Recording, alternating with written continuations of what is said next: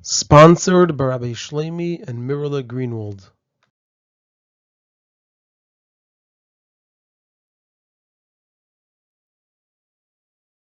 This is a Sicha from Likutei Sichos, Chelek Yud, Parshas Chaye Sara, Sicha Alef.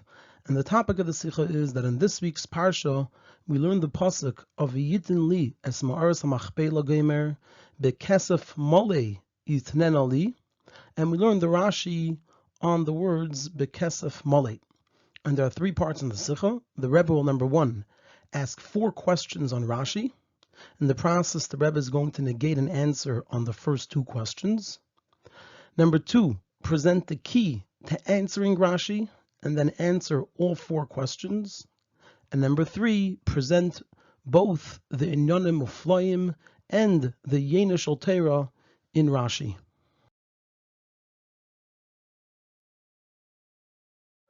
On the pasuk, where Avram said to the Bnei Ches, "V'yitin li es ma'aras hamachpelah gomer," that Ephron should give him the ma'aras hamachpelah, bekesef molei yitnen li, and that he should give it to him with kesef molei.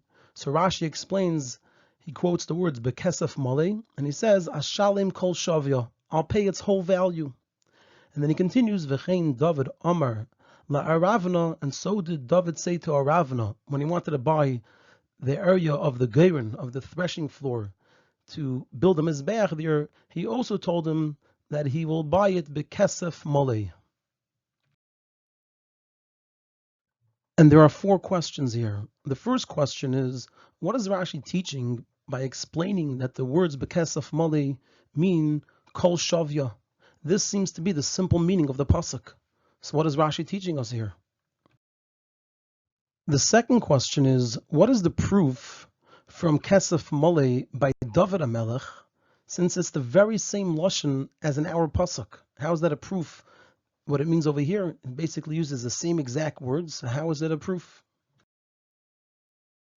L'cha'era, in order to answer these 2 questions, we could explain that the intent of Rashi over here is to bring a proof and a chaver, another place where we find the word molei being used by kesef. Because there's a difficulty over here, which is how to use the word molei in regards to kesef. It would seem that you could only use the word molei by something where you could also use by it the opposite of the word molei. The opposite of molei, full, is reik, empty. Like, for example, by a container, it could be full or empty.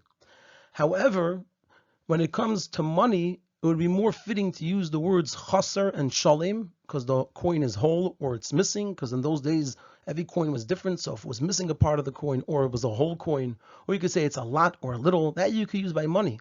But you can't use the word molei.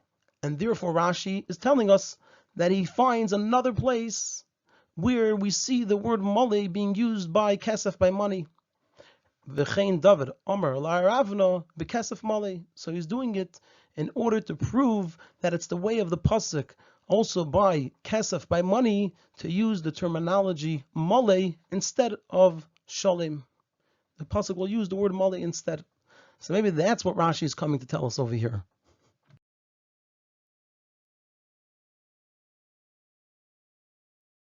However, according to that, it's not understood.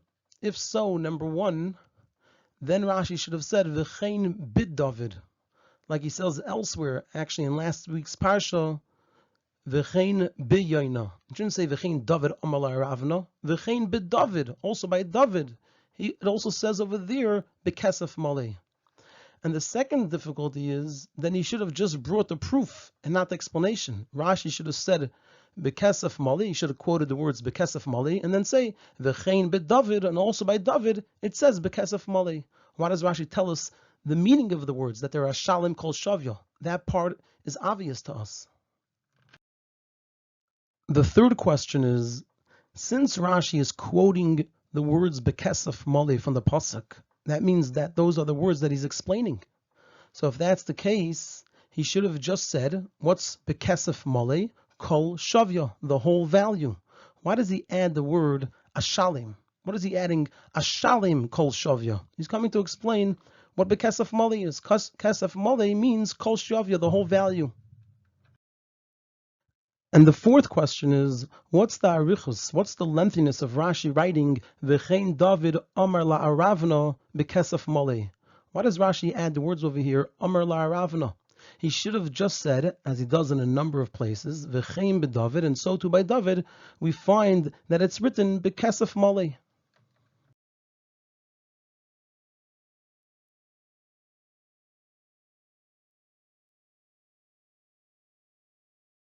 So we're going to move straight into the answer, and we're going to begin with the main point of the answer and answering questions number 1 and number 3.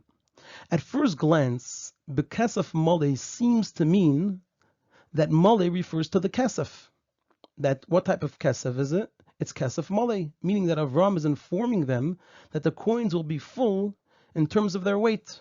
Or similar to what the Yerushalmi says, that it means kintarin, big coins. So Avram was telling them what type of kesef is it going to be? It's kesef mole. So that's how we would have understood the pasuk without Rashi. And this is what Rashi is coming to negate with his teaching of Ashalin kol shavya, that the word mole doesn't refer to and isn't a description of the kesef itself, whether it's the amount or the weight of the kesef, but rather refers to the field and the full mole sale. It's referring to the field and the sale of the field, that it should be a full sale. Avram said bekesef mole, meaning Ashalin kol shavya, of the field. When he's saying bekesef mole, he's referring mole in terms of the sale being a complete sale, that is going to pay the full price of the field, and not that the kesef will be mole. And what's the reason Rashi explains it this way, and not bekesef mole, that the kesef is mole? We said that's what it seems to mean at first glance.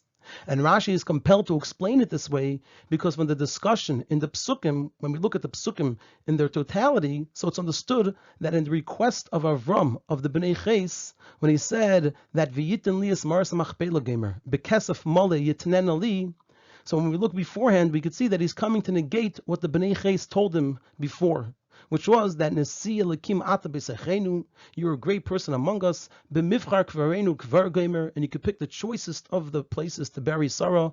Lo Yichla Mimcha Gamer, it's not going to be withheld from you. Meaning, what were they telling Avram? That he should take the Maras HaMachpelah for free without paying its price. And Avram over here is responding, so it has to be that he's responding to their offer. And Avram responded to this that he doesn't agree, but rather bekesef mole, he's saying that he'll pay kol shavya, the full price.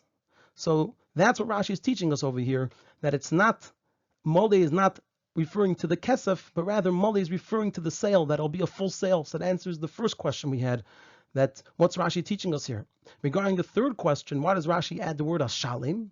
So this is why Rashi doesn't just write kol shavya, but rather also adds the word ashalim, which is the opposite of it being a free gift. Rashi is saying ashalim, I will pay, and no, I won't take it for free.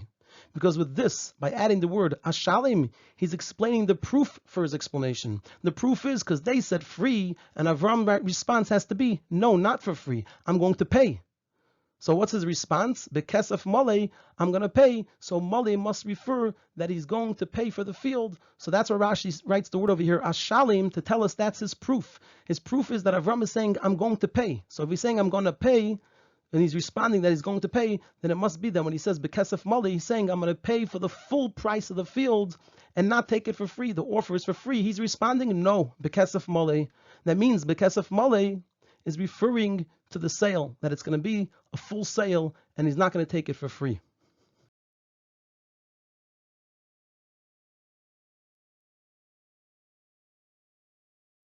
Now we're going to move on to answer questions 2 and 4, which asked about the proof that Rashi brings. V'chein David, we asked what's the proof, and also why does Rashi write it at length by adding the words Amar la Ravna? Why didn't he just say V'chein b'David? It says bekesef mole. So the explanation for that is because nevertheless, even though we explained that kesef mole is a response to getting it for free, and so therefore it has to mean not for free, but rather ashalim kol shavya, I'll pay the whole value. But nevertheless, we can still be doichik, we could push and squeeze and say and explain that mole refers to the kesef. Like we said originally, that's what at first glance it seems to mean, that the kesef is mole, it's whole, whether it means the coins are whole or that they're better coins. And even though then the response of Avram doesn't fit with the words of the Bnei Ches, because he's not clearly addressing their offer to give it for free. So then you have that difficulty. They offered for free and Avram doesn't even respond to that. He's rather telling them what type of coins he's going to use. But nevertheless, we can be doichik and say that with Avram saying Bekesef Mole, talking about what type of coins he's going to use, meaning that he'll give them either full coins or big coins, it automatically includes his refusal to accept the field for free. So even though it's a doichik, because they offer to give it for free, and Avram is not responding directly to that offer, but nevertheless, we could say it's included in his response, even though he's telling them what type of coins he's going to use, and not that he wants to pay for it and not get it for free, but if he's talking about the coins he's going to use, that means he's saying he doesn't want it for free.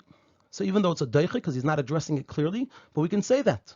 So because of this, so therefore, in order to completely negate this explanation, that kesef male, the word male refers to the kesef, so Rashi adds, v'chein David amar la'aravna bekesef male. That's the reason Rashi brings these words, to negate the doichik of saying that male refers to the kesef. Rashi's intent over here isn't to bring another place where it says bekesef male, but rather to strengthen his explanation that bekesef male means Ashalin. It means I will pay, and it comes to negate a free gift. How does it help to bring the story from David? The reason David wanted to pay Aravna, he wanted to pay him for the geirin, for the threshing floor over there, with Kesef Male, is said clearly. Over there it says it clearly. It's David said to Aravna, Ki lo esa asher lecha la'Hashem, I don't want to take what's from you and give that to Hashem, and over there bring karbanis, va'alis oila chinam, and bring an oila chinam for free without paying. So clearly, the words bekesef male are the opposite of va'alis oila chinam. He explained, I want to do bekesef male and not chinam. So from there we see that kesef male, that the word male is referring to paying and not getting it for free. And that's why Rashi writes at length. It doesn't just say v'chein David, v'chein beDavid bekesef male. He adds v'chein David amar la'aravna, because he's trying to tell us to refer to the Inyan. We have to look at the discussion there. The proof is from the discussion. That's his proof. So because that's his proof, that's why he adds the words amar la'aravna. It's from looking at the conversation that occurred over there that then we're able to see that the word male from bekesef male comes to say that he's going to pay for it. Because just like there, it has to mean that he's going to pay, because it says that he wants to do bekesef male and not chinam. So to over here, when he said bekesef male, it must be that he's responding to their offer to take it chinam for free, and he's saying, no, bekesef male, Ashalin, I'm going to pay kol shavia, the whole value.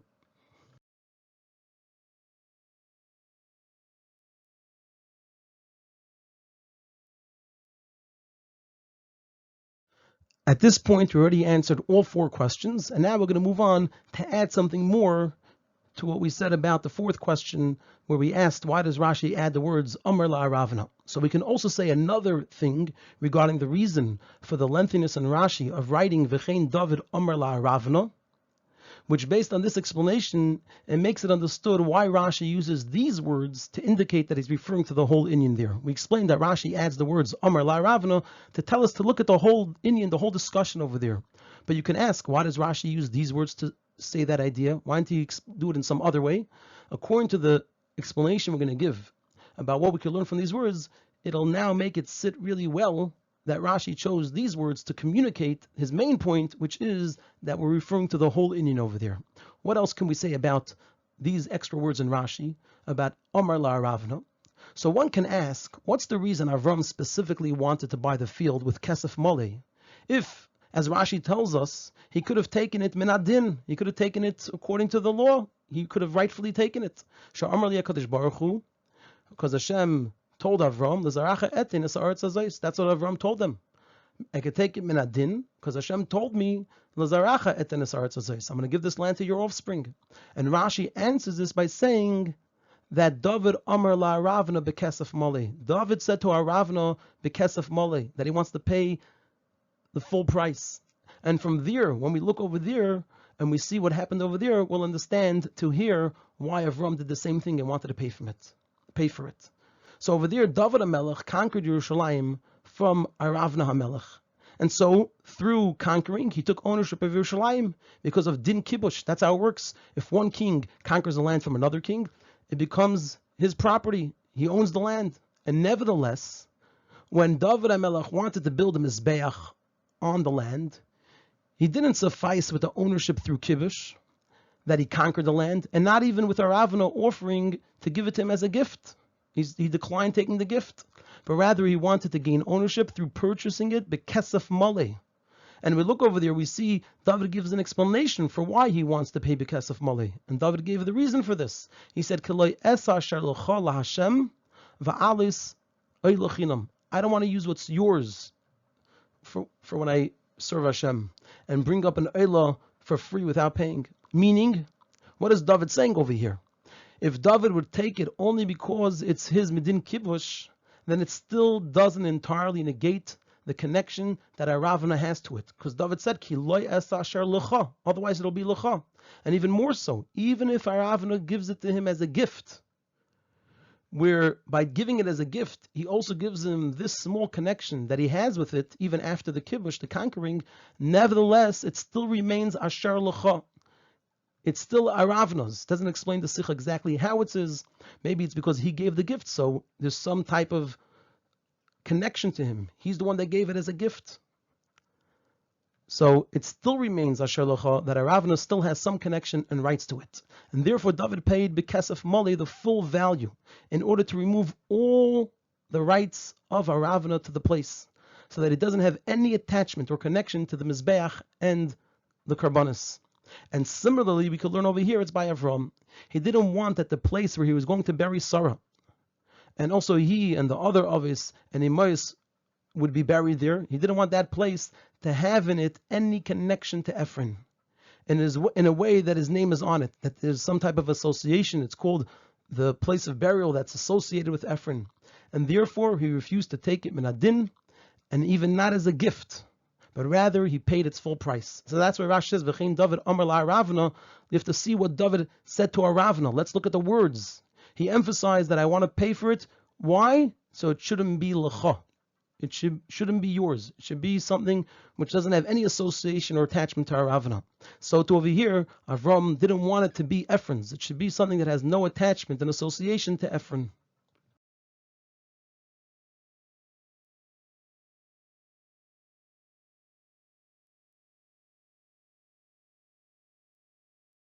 Now we're going to move on to the Inanimate Flame and then to the Yenoshel Torah in Rashi.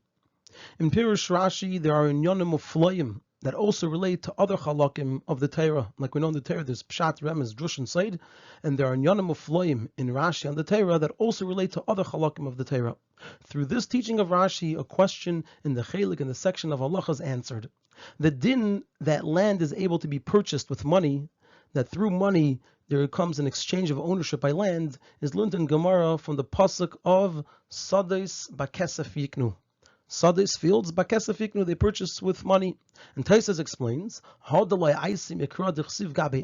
reason we don't learn it out from the pasuk that's written by Ephraim, that Avram purchased land from Ephraim with money, the reason is Mishum de Dilma Hani Mili Menachri, because maybe perhaps that's the case when it's being purchased from a guy, Shekol Kenyan Bekesef, that his whole ability to exchange ownership is through money. So maybe that's where money is effective, but not necessarily by a yid. But according to the above, it's understood very simply why we don't learn this din from the psukim regarding Ephraim. Because besides for the fact that we wouldn't learn from here the main din of Kenyan Kesef by land, what is Kenyan Kesef? Kenyan Kesef means that a transaction takes effect when through money on the ownership of the land, which would mean even when it's bought with a value of a pruta, even when it's worth a lot more. Kenyan Kesef means that money has the ability to create a transaction, an exchange of ownership, which would mean that any money that's exchanged would affect that change of ownership, and a person can buy a valuable piece of land even for a pruta. We wouldn't learn that from here because Avram paid the full amount. Because Avram bought the field, Bekesef Male, Ashalin Kol Shavya. So except for this point, that we wouldn't learn out the Kenyan of Kesef, that money affects the transaction even if the money does not equal the value of the land. In addition to this that Avram gave the money for the field, it wasn't in order to acquire it, because he could have just taken it minadin. He wasn't doing it in order to acquire and get ownership. So we can't learn about Kenyan. But rather the reason Avram did it is in order that Ephraim shouldn't have any connection, even though that it's not his at all. He wanted to affect that there shouldn't be any connection to the field. So it didn't change, and it wasn't addressing the ownership part. The ownership Avram already had. Avram wanted to affect that there should be no connection. And therefore it's understood that we can't learn from here, Kenyan Kasif by land, because it had nothing to do with affecting the Kenyan, the ownership. It was there in order to affect that there shouldn't be any connection. And so we can't learn from there that money can be used for as a Kenyan by karka, by land.